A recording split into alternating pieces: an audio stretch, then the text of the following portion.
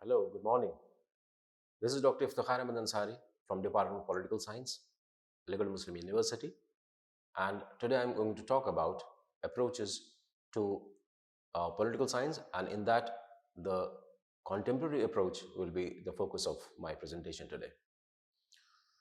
Now, when we talk about contemporary approaches, we talk about a departure from traditional approach in two respects. First, by focusing on the real character of politics, and secondly, uh, trying to understand politics in totality, that is, transcending its formal aspects and looking for those aspects of social life which influence and are influenced by it. So, following are some of the important characterization of this contemporary approaches, which I'll be presenting today. That is, first is behavioral approach, second is post-behavioral approach, then postmodernist, and then feminist approach. And some major eminent thinkers of this contemporary approach can be seen here. Like first is Herbert Sparrow, then Harold Laswell, Catlin, David Easton, Henry Mayo, Quincy Wright, Karl Marx, Michael Foucault, then Karl Popper, Thomas Kuhn, Nietzsche, then Mary Wollstonecraft, then Firestone, Kate Millett, etc. So at the very outset, let's talk about the main characteristics and main features of the contemporary approach itself. Now here, very first thing which is emphasized is the study of conflicts and controversies. It involved the study of conflicts in the struggle for power, and it is likely that one tries to eliminate the other, and the conflict do arise in the process. So conflicting situation wherever such tussles are being made and such competition are there, so conflict is genuine and which is capable of being resolved through consensus. So controversies and conflicts are being resolved by a body through consensus, and it's not only the study but also devised ways and means to solve these conflicts and problems which are confronted by the society. Then secondly, we study the power and influence. So Laswell, Catlin, Dahal, they have studied the power and influence part of the politics and how controversies are created and influences are, are being used to prevail over those controversies. So power lies not in an individual or institution, but human relations, and that is what we emphasize. Then further, we study leadership, because in a society, people do have a tendency to organize themselves behind a leader to promote their welfare and fulfill their self-interest, and to control the meager resources which are there in the society, and to secure some organizational aims. So for that, a leader is required to marshal those resources and provide a program of action in front of those people who are organizing in promoting their welfare and interest. And there are some people who are more resourceful, who are more intelligent, they're more influential, and they have ability to mobilize. So what are those programs of action or those characteristics which identify a leader and how leadership emerges? I mean, these are the center of studies in a contemporary tradition. Then the study of process of decision making, like the very central idea of political science or politics is to study the decision making process.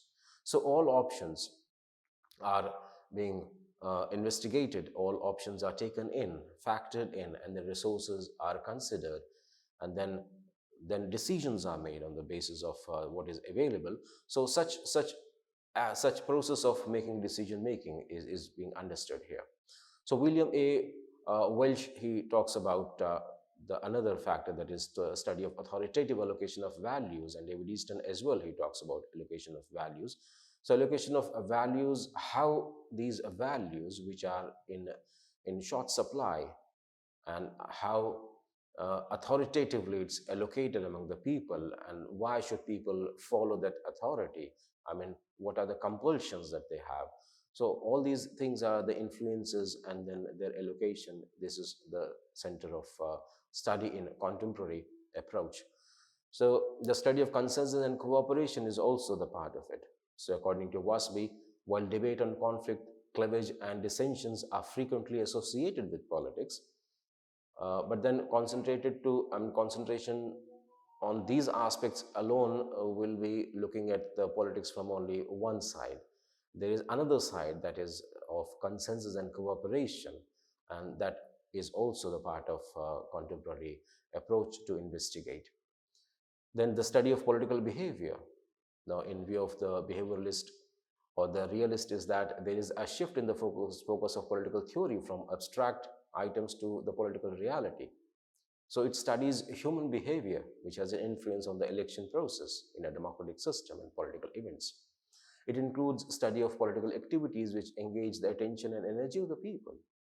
So this involved contesting elections, propagating political ideologies, and manning political offices, etc. So study of group involvement comes also the part of one of the characteristics. So politics is a group activity basically, and people are united through different interests and ideologies, and people decide about aims, programs, guiding principles for society, values, and ideals are chosen on the basis of that.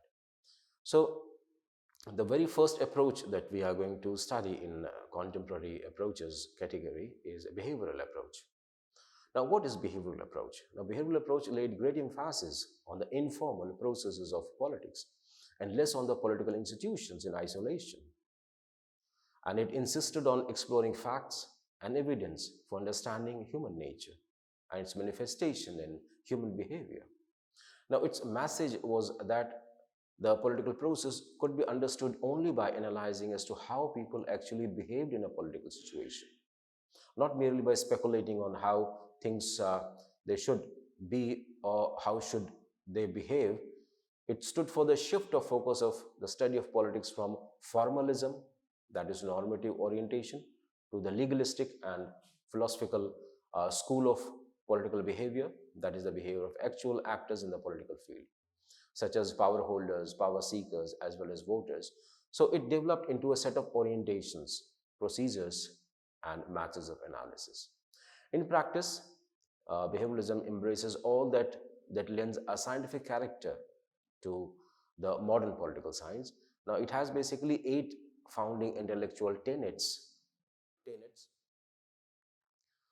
which are regularity, verification, technique, quantity, value, systematization, pure science, and integration. Now, when it says regularity, it implies that there are discoverable uniformities in political behavior, which can be expressed in theory-like statements so as to provide for explanation and prediction of political phenomena. Then when it says it should have a verification, it means it requires that the validity of such theory-like statements, they must be tested. They must be testable in principle by reference to relevant behavior. Then third uh, tenet, which says there should be a technique. So technique means that the means of acquiring and interpreting data should be examined self-consciously, refined and validated by the purpose of observing, recording, and analyzing behavior. Then it further says there should be quantification. Now it's necessary because precision in the recording of data and statement of findings requires measurements which should be expressed in terms of actual qualities to facilitate its proper analysis.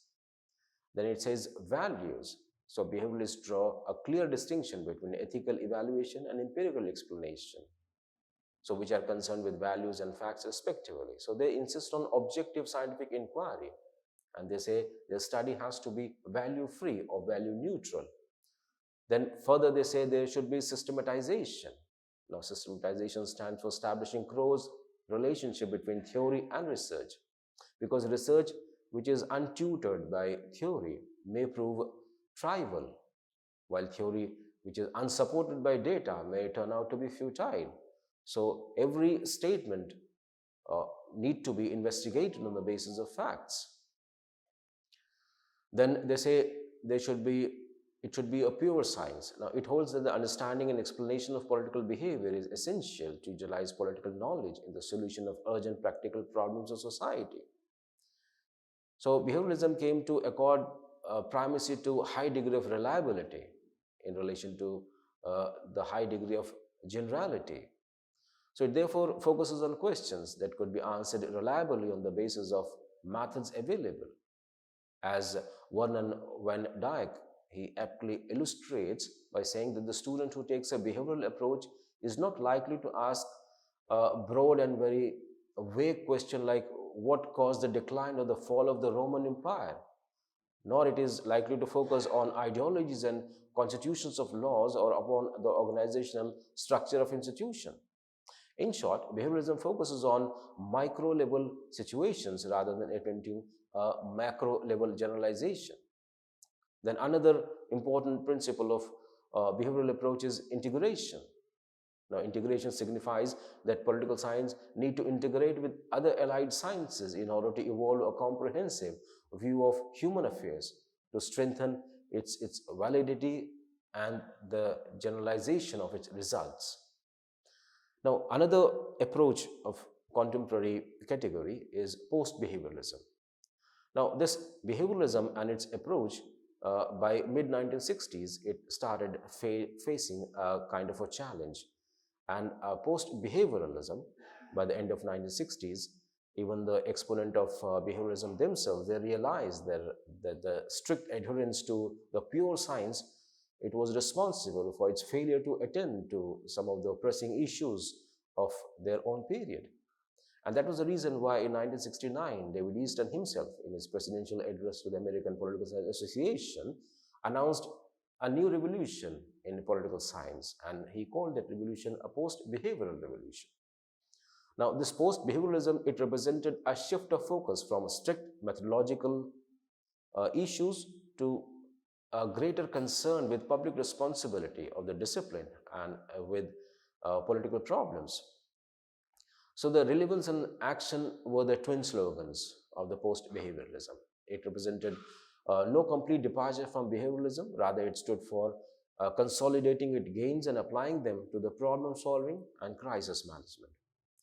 Now, Easton emphatically drew the attention of the contemporary political scientists to the impending threat of some of the real issues of the time, like nuclear bomb or inner conflict within the nation states and civil war kind of a situation in a country, or dictatorship, rise of dictatorship, or undeclared war at that time on Vietnam that was going on.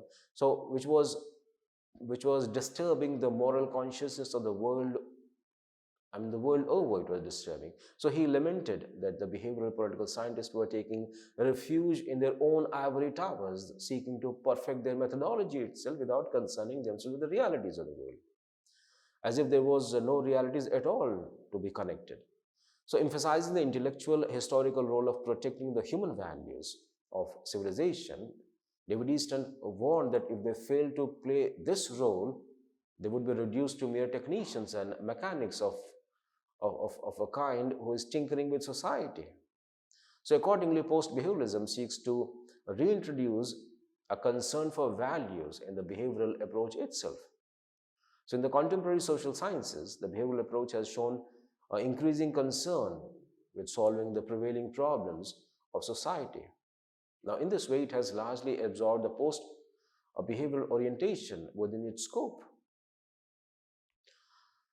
Now, with that, we come to the third approach in this contemporary category, and that is postmodernism. Now, the term postmodernism was first used by Lyotard in his book, The Postmodern Condition. He defined postmodernism as incredulity towards, now it means disbelief in any grand theory. So post-modern age, that is post-modernist, they believe that there cannot be any essential or fundamental principles. So according to them, this universe itself is not in order. That is, it is in state of chaos. So universe is not static, it's rather dynamic. Hence, every knowledge is provisional. No knowledge is fundamental, permanent, or eternal. Thus, according to postmodernists, there is no one truth, but there are multiple truths. So what we accept as truth is what majority believes in. Okay, thus the truth is majoritarian. So what we understand as truth reflect the power. Hence, Foucault suggests that knowledge is power, or uses knowledge and power interchangeably. That is, for example, if you talk about heterosexuality, it is considered normal, whereas homosexuality is considered abnormal. So what is the basis of categorization? Now, since majority is heterosexual, it becomes normal. So knowledge is provisional. So the day majority will become homosexual, heterosexual will appear abnormal. So knowledge is power. And the case of homosexuals, since the majority of parliamentarians are heterosexual in Indian parliament, neither women nor transgenders are sufficiently represented. Hence, the laws which emerge will be from the perspective of those who are dominant. So their emphasis on having no grand narrative needs to be looked into. So the opposition to grand narratives and the logic of necessity is not reflected in the debunking of any macro politics or a celebration of, it's more a celebration of micro politics. In other words, politics is mainly articulated in micro political activities, hence is different from liberal or Marxist approach. The postmodernist main focus is not on institutional or structures.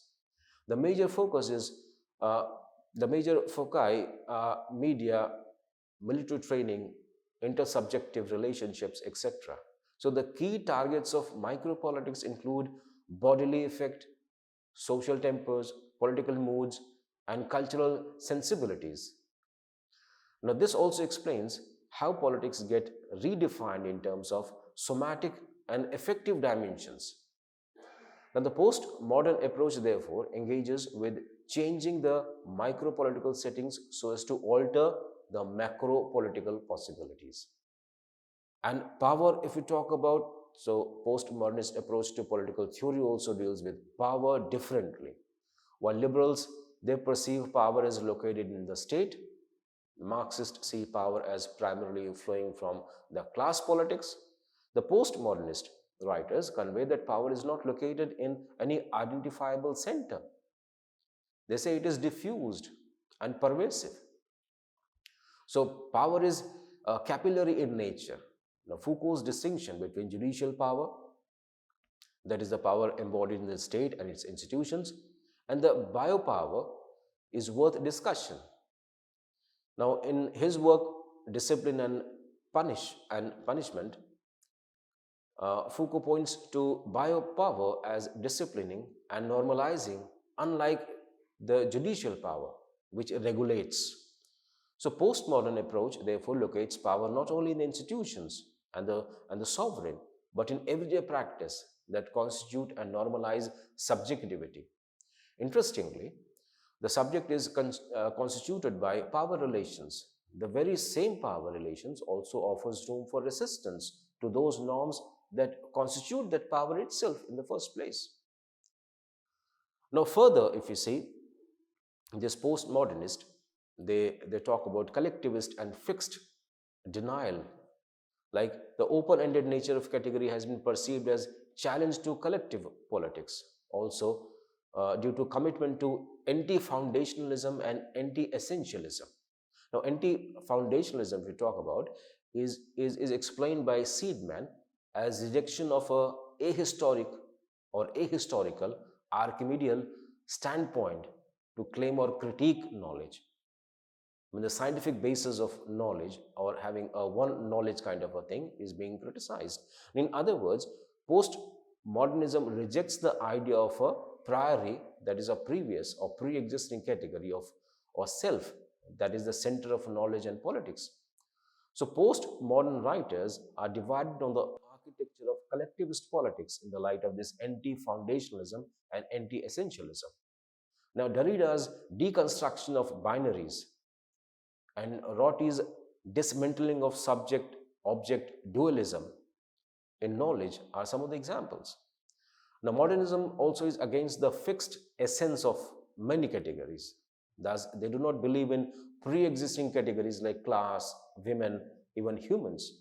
But Butler is opposed to any kind of essentialism, but views foundational as permanently contestable.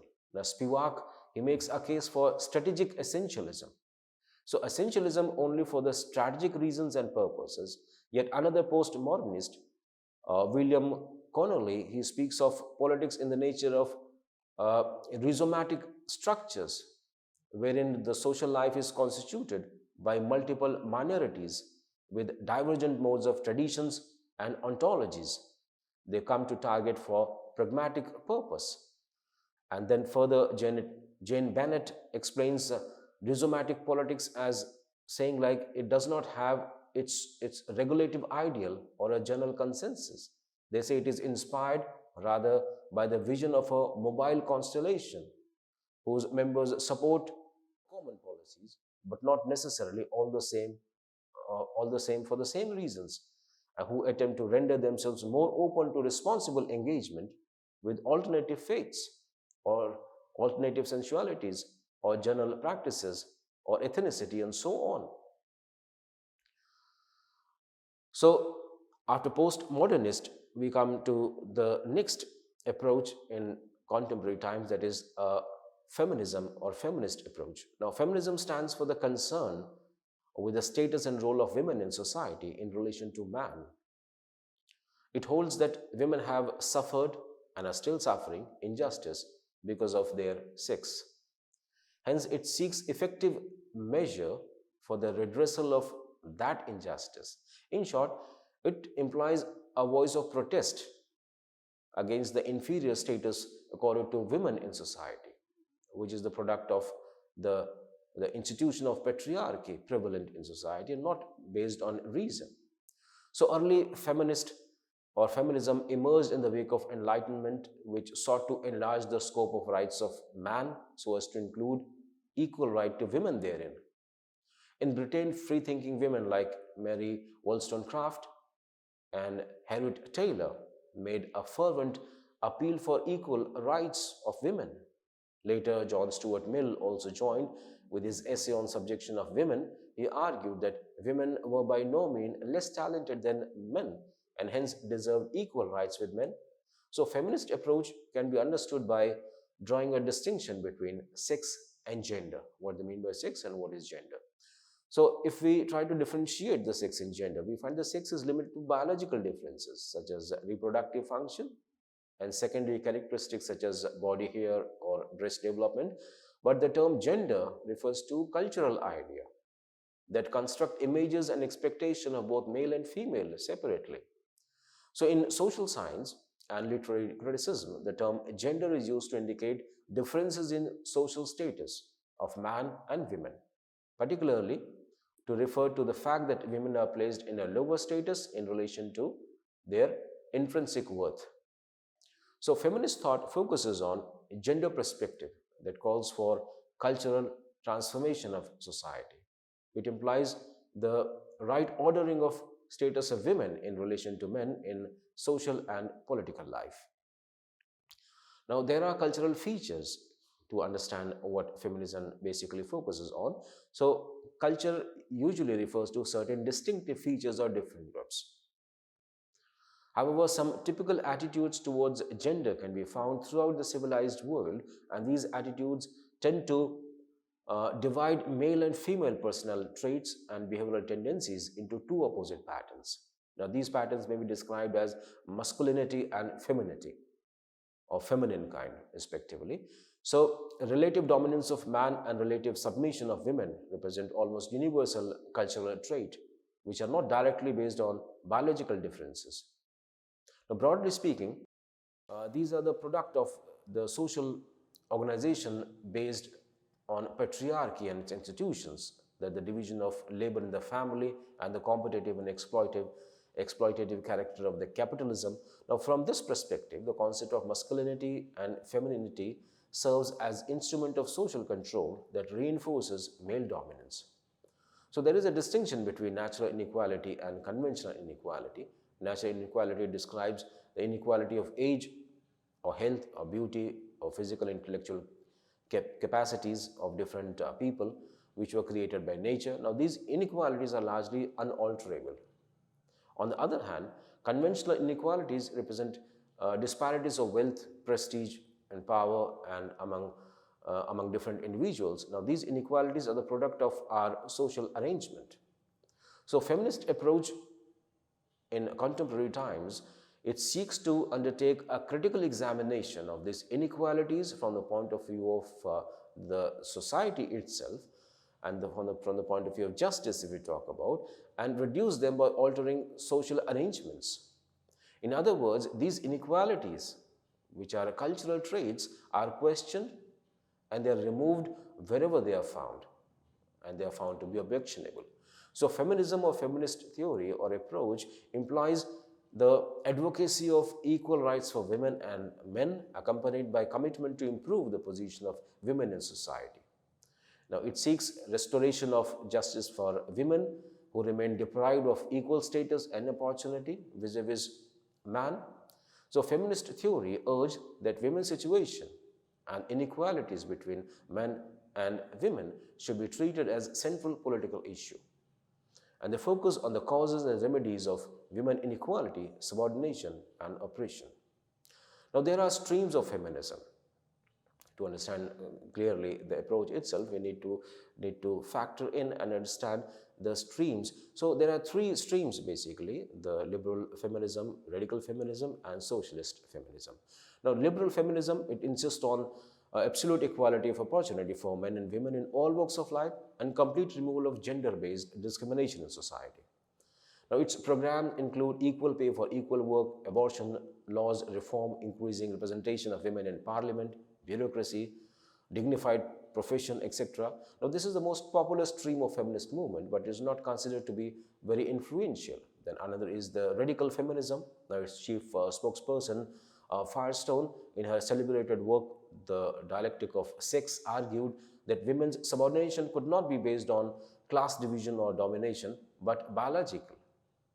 In other words, human reproductive biology or reproductive biology was responsible for considering women the weaker sex. Then Kate Millett, in her book that is Sexual Politics, argued that the relationship between the sexes was based on power and further sustained by an ideology. It was similar to the relationship between classes and races. Hence, it should be treated as political relationship. So, basing her analysis of women's subordination on Max Weber's theory of domination, Millett argued that men have exercised domination over women in two forms, that is, through social authority and economic forces. And time has now come to smash these uh, implements of men's domination. And socialist feminism, the third stream, it represents a combination of patriarchal analysis of radical feminism and class analysis of Marxism. It implies that capitalism and capitalists as well as men are the beneficiary of women's subordination. So socialist feminism have particularly developed analysis of labor, both wage labor and domestic labor. They've also considered the role of culture and psychoanalytical aspects of sexuality. And their exponent, the chief representative of this socialist feminism, Sheila Robotham, she advocates a participatory, decentralized approach to social changes that contemplates linking the struggle of all oppressed groups. Now, in her best-known historical writing, Women, Resistance and Revolution in 1972 and Hidden from History 1973, Robotham tries to reclaim the past for women as a source of knowledge and strength that could contribute to their present struggle. Currently, there are two broad views concerning equal rights for women. Now, one view is that there is no difference between man and women as regards their capabilities, hence they should be governed by the same laws. And the second view is that women are essentially different from men, biologically, culturally, socially, so they should be given equal opportunity to develop and apply their distinctive capabilities along with equal rights. Thus, women could be exempted from hazardous tasks like underground mining or working in night shifts. So similarly, women should be entitled to maternity leave and related benefits, arrangements for maintenance and custody of children after divorce, etc. So besides, in order to compensate women for their underrepresentation in important positions, reservations for women should be made in seats of high learning, appointments, seats in legislature, etc. In a nutshell, feminist perspective on justice calls for securing the overall development of women, including improvement of their health and education, as well as giving them adequate share in economic and political power. So all in all, if you see what contemporary approach stands for, it basically talks about the rights of all those communities which are part of the society in the form of feminism, in the form of postmodernism. And it talks about the scientific methods of evaluating the facts and also bringing values into it and relevance through postmodern uh, approach, bringing relevance and bringing the realities into picture and diagnosing it in the interest of the people in the society, maybe of different color, different groups, but it should be for all of them, not just the institutions, not just the formal, not just the legal, which was the part of the traditional approach. So with that, I come to the end of the lecture. Thank you.